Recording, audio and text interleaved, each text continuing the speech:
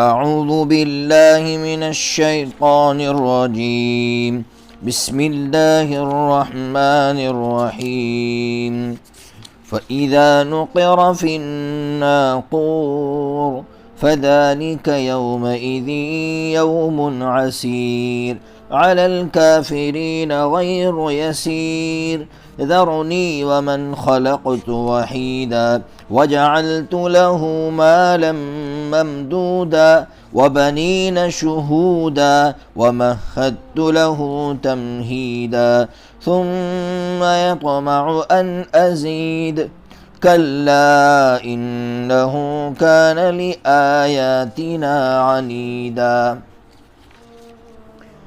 سورہ مدثر چل رہی ہے۔ بتلا دیا تھا کہ اس سورت کے اندر اللہ تبارک و تعالیٰ نے سوسائٹی اور معاشرے کی اصلاح کیسے ہو اس کے لیے اللہ تعالیٰ نے 6 نسخے بتلائے تھے۔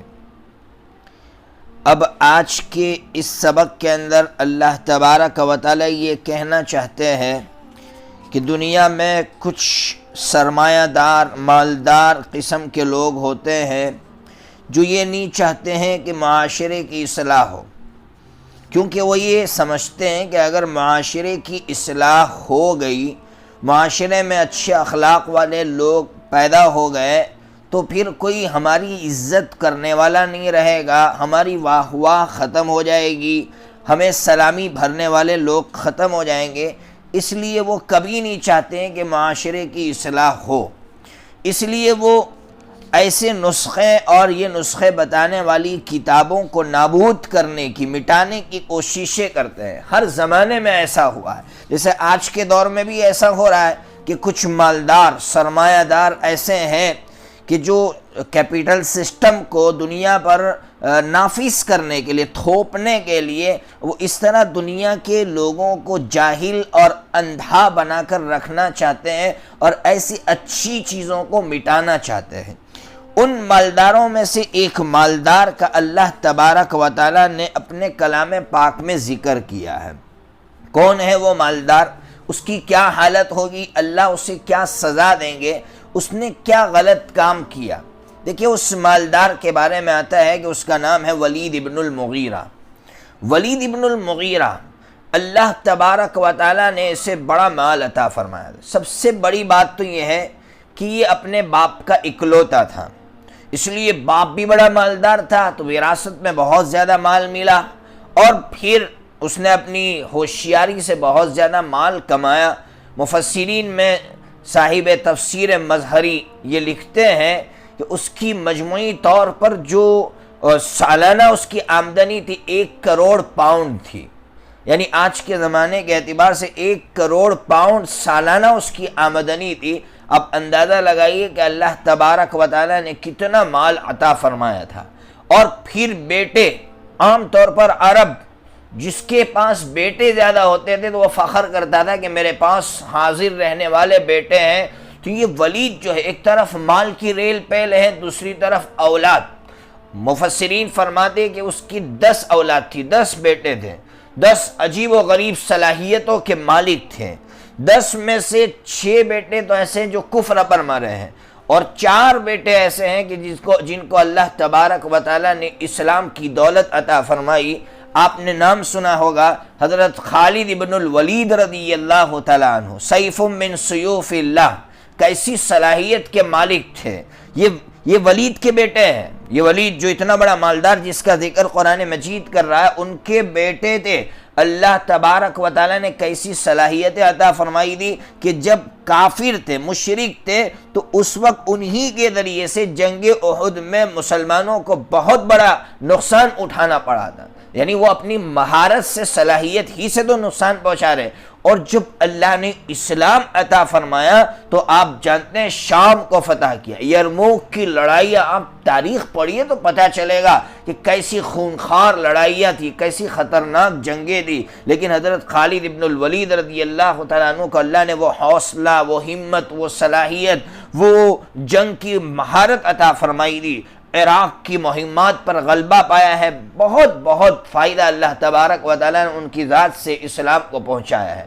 اسی طرح ولید کے ایک بیٹے تھے، ولید جن کا نام تھا ولید، یعنی باپ کے نام پر تھے، یہ بھی بڑے نیک پارسا متقی تھے، یہ بہت زیادہ انہوں نے تکلیف اٹھائی ہے، اور تکلیف پہنچانے والا ان کا باپ ہی تھا۔ باپ بہت زیادہ سزائیں دیتا تھا، برادری والے ان کو قید کر کے رکھتے تھے۔ اسی لیے بخاری شریف کے اندر آتا ہے کہ حضرت نبی پاک صلی اللہ تعالیٰ علیہ وسلم نماز میں جب دعائیں قنوت پڑھتے، جس کو قنوت نازلہ کہتے ہیں، کسی مصیبت کے وقت پڑھنے والی دعا عام طور پر فجر کی نماز میں پڑھی جاتی ہے، اس میں آپ یہ دعا مانگتے تھے، اللہم انجی ولید ابن الولید، اے اللہ ولید ابن الولید کو نجات عطا فرما۔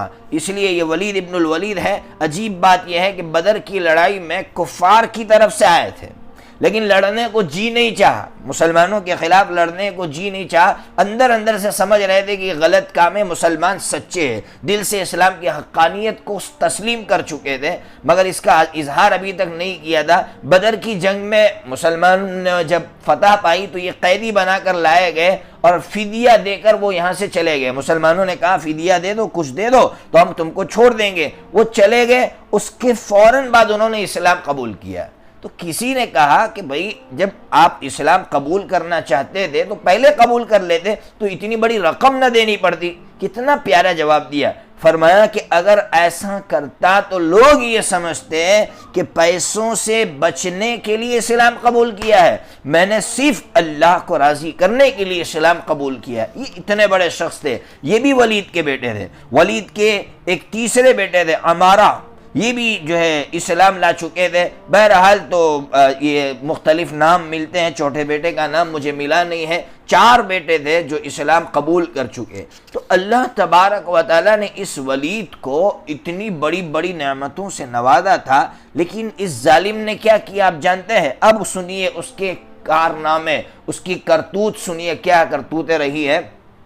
جب اس نے یہ دیکھا کہ قرآن مجید دنیا میں پھیل رہا ہے اور معاشرے کی اصلاح ہو رہی ہے، میری چودراہٹ خطرے میں ہے، میرا مال خطرے میں ہے، اب میری عزت نہیں ہوگی، تو اب اس نے لوگوں کے درمیان میں بات کی کہ یار یہ قرآن مجید کو مٹانا چاہیے، یہ جو پروگرام، یہ جو نسخے محمد پیش کر رہا ہے، جس کلام کو لوگوں کے سامنے پیش کر رہا ہے، اس کو مٹانا چاہیے۔ اس کے لیے اس نے باقاعدہ ایک میٹنگ بلائی، لوگوں کو جمع کیا، اور آپ سمجھ، اس کو میں ایک دوسرے لفظ میں یہ کہہ سکتا ہوں، گویا اس نے اپنے زمانے کی پارلیمنٹ میں لوگوں کو جمع کیا۔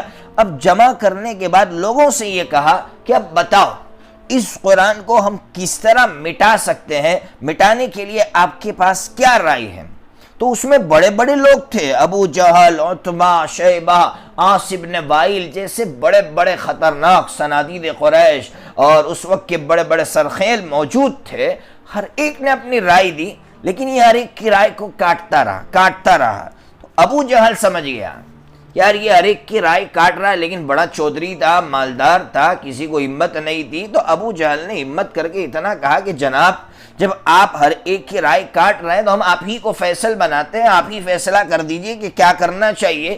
اس وقت اس نے جو ہے یہ رائے دی، قرآن مجید نے اس کی رائے نقل کی ہے۔ اس نے یہ کہا کہ بھئی یہ کہہ دو فقال ان ھذا الا سحر یؤثر، یہ کہہ دو کہ یہ جادو ہے، لوگوں کے سامنے یہ بات لاؤ کہ یہ کوئی اللہ کا کلام نہیں ہے، یہ جادو ہے، اور محمد جادوگر ہے۔ یہ جادو چلتا آ رہا ہے پہلے سے، لوگوں کے درمیان پہلے لوگوں سے چلتا آ رہا ہے۔ یہ پروپیگنڈا جب ہم لوگوں کے درمیان میں لائیں گے تو لوگ اس سے دور رہیں گے۔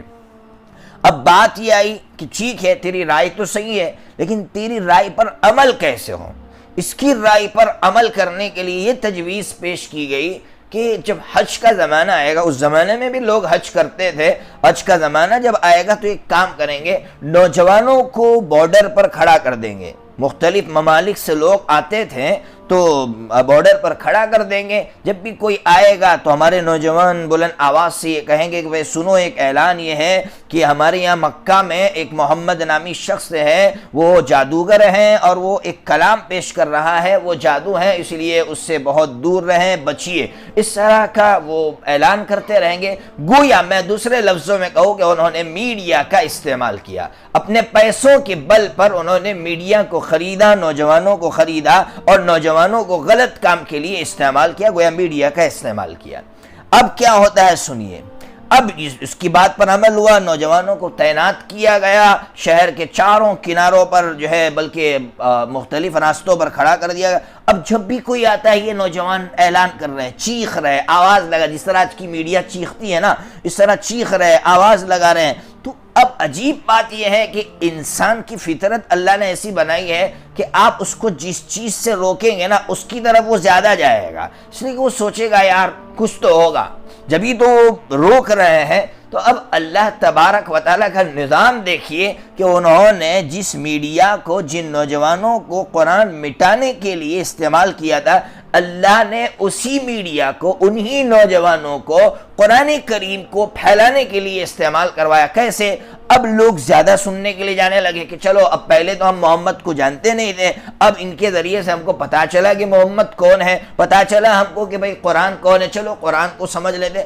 اب اس وقت کی جو عرب تھے، بڑے ماہرین میں سے تھے، عرب زبان، جو عربی زبان کو جانتے تھے، انہوں نے آخر جب اس کلام کو سنا تو وہ سمجھ گئے کہ یہ کلام کوئی جادو نہیں ہے، یہ کسی انسان کا کلام نہیں ہو سکتا ہے، یہ اللہ کا، یہ کسی بڑی طاقت کا کلام ہے۔ بس اللہ تبارک و تعالیٰ نے اسی کو ذریعہ بنا دیا اور وہ لوگ اسلام میں داخل ہوتے رہے۔